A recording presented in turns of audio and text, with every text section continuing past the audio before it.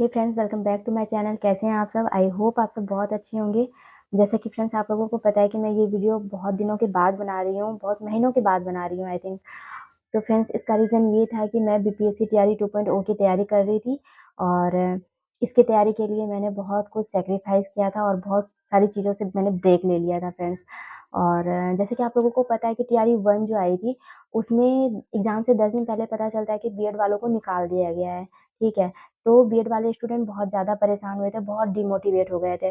और जब टीआरई 2 आई ना, तो हम लोगों के लिए ऐसा लगा कि हमारे पास बहुत अच्छा अपॉर्च्युनिटी है, गोल्डन अपॉर्च्युनिटी है और इसे हम खोना नहीं चाहते थे। इसीलिए फ्रेंड्स बाकी चीज़ों से ब्रेक लेके 100% देने की कोशिश की थी मैंने इस एग्ज़ाम में और बहुत अच्छे से तैयारी की थी फ्रेंड्स। जैसे कि आप लोगों को पता है कि मैं एक हाउसवाइफ़ हूँ, ठीक है? और हाउसवाइफ़ होने के साथ-साथ मैं एक मदर भी हूँ और एक एस्पिरेंट भी हूँ। तो सारी चीज़ों को मैनेज करते हुए मैंने अपना पढ़ाई को 100% देने की कोशिश की थी। और जैसे कि मेरी बेबी छोटी है तो मैं उसको सुला के नाइट में मैं उसको पढ़ाई करती थी, 2-2 बजे तक, 3-3 बजे तक पढ़ाई करती थी। क्योंकि जो कम्फर्ट ज़ोन होता है स्टूडेंट का उसको चूज़ करके ही लोग पढ़ाई करते हैं, ठीक है? तो मुझे ऐसा लगता था कि मैं इसको सुलाने के बाद मैं अच्छे से पढ़ाई कर लेती हूँ, तो मैं उस तरीके से उस टाइम पढ़ाई करती थी। और मैं ये भी सोचती थी कि मैं हाउसवाइफ़ हूँ, तो मुझे सिर्फ़ घर के काम-काज में सिमट के नहीं रहना है फ्रेंड्स, ठीक है? मैं इतना पढ़ी हूँ, इतना मम्मी ने मुझे पढ़ाया-लिखाया है, तो मैं अपने पैरों पे खड़ी होऊँगी। एक ये सोच के साथ मैं मेहनत करती गई और मैंने ये एग्ज़ाम दिया था और एग्ज़ाम देने के बाद ना फ्रेंड्स जब आंसर की आई थी तो मुझे लगा था कि मेरा सिलेक्शन हो जाएगा, ठीक है? और बहुत सारी उम्मीदें जुड़ गई थी मेरे इस एग्ज़ाम से और जब रिज़ल्ट आता ना तो फ्रेंड्स पता चलता है कि मेरा सिलेक्शन नहीं हुआ और वो भी 2 नंबर से मैं रह गई। और ये 2 नंबर ना फ्रेंड्स मुझे कहीं न कहीं बहुत ज़्यादा झकझोर के रख दिया है, अंदर से तोड़ के रख दिया था। बहुत ज़्यादा रोई थी मैं, ये इस 2 नंबर ने मुझे बहुत रुलाया है सच में। और जब ऐसा होता है ना कि हम कुछ किसी चीज़ से उम्मीद लगा लेते हैं और वो उम्मीदें जब टूट जाती है ना फ्रेंड्स तो कितना दुःख होता है ये आप सोच सकते हैं। वही मेरे साथ हुआ था और 2 नंबर से मेरा सिलेक्शन नहीं हुआ। तो फ्रेंड्स वही है कि जब नहीं हुआ ना तो मैं परेशान तो हुई।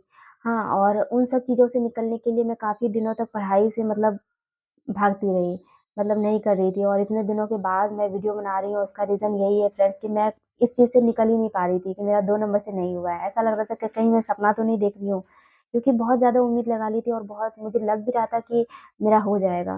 क्योंकि इस एग्ज़ाम के लिए ना फ्रेंड्स मैं टाइम पे खाना तक नहीं खाती थी। मुझे ये लगता था कि मैं अगर खाना खाऊँगी मुझे नींद आ जाएगी और मैं सो जाऊँगी, लेकिन मुझे सोना नहीं था, मुझे पढ़ाई करनी थी।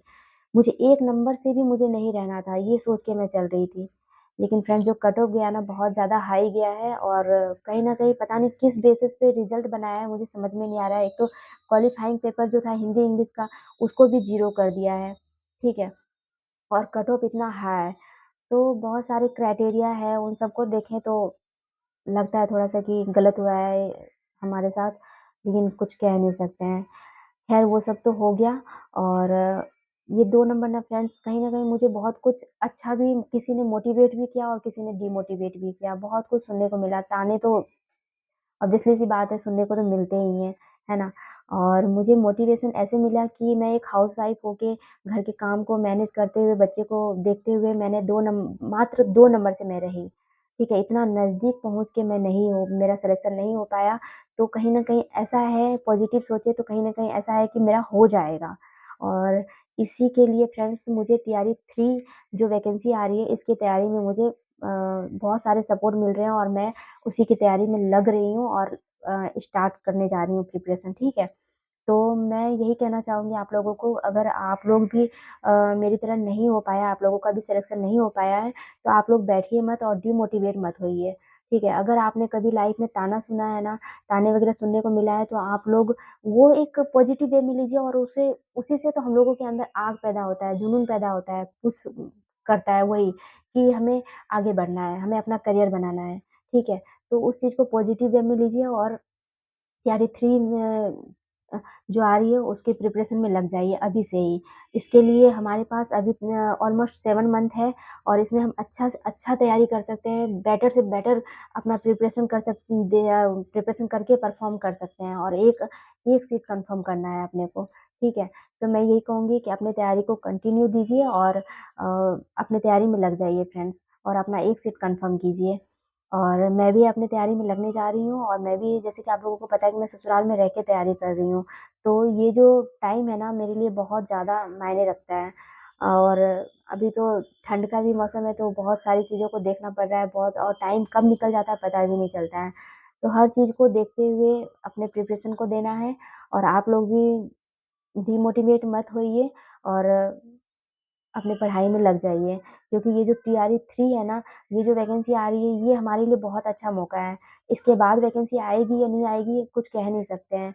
इसीलिए फ्रेंड्स जो गलतियाँ हमने पहले कर रखी है, वो गलती हम दोबारा नहीं करेंगे, ठीक है? इस चीज़ को ध्यान रखते हुए क्या पढ़ना है और क्या छोड़ना है, इन सब को ध्यान रखते हुए हम अपनी तैयारी को 100% दीजिए और कहाँ से कौन-सा कोर्स लेना है, कौन-सी बुकें पढ़नी है, ये सब आपको आगे मेरे वीडियो में पता चलेगा और मैं कोशिश करूँगी कि मैं अपना वीडियो बनाऊँ और आप लोगों से शेयर करूँ। तो फ्रेंड्स अभी मैं अपने वीडियो को यहीं पे एंड करती हूँ। तब तक के लिए टेक केयर एंड बाय-बाय।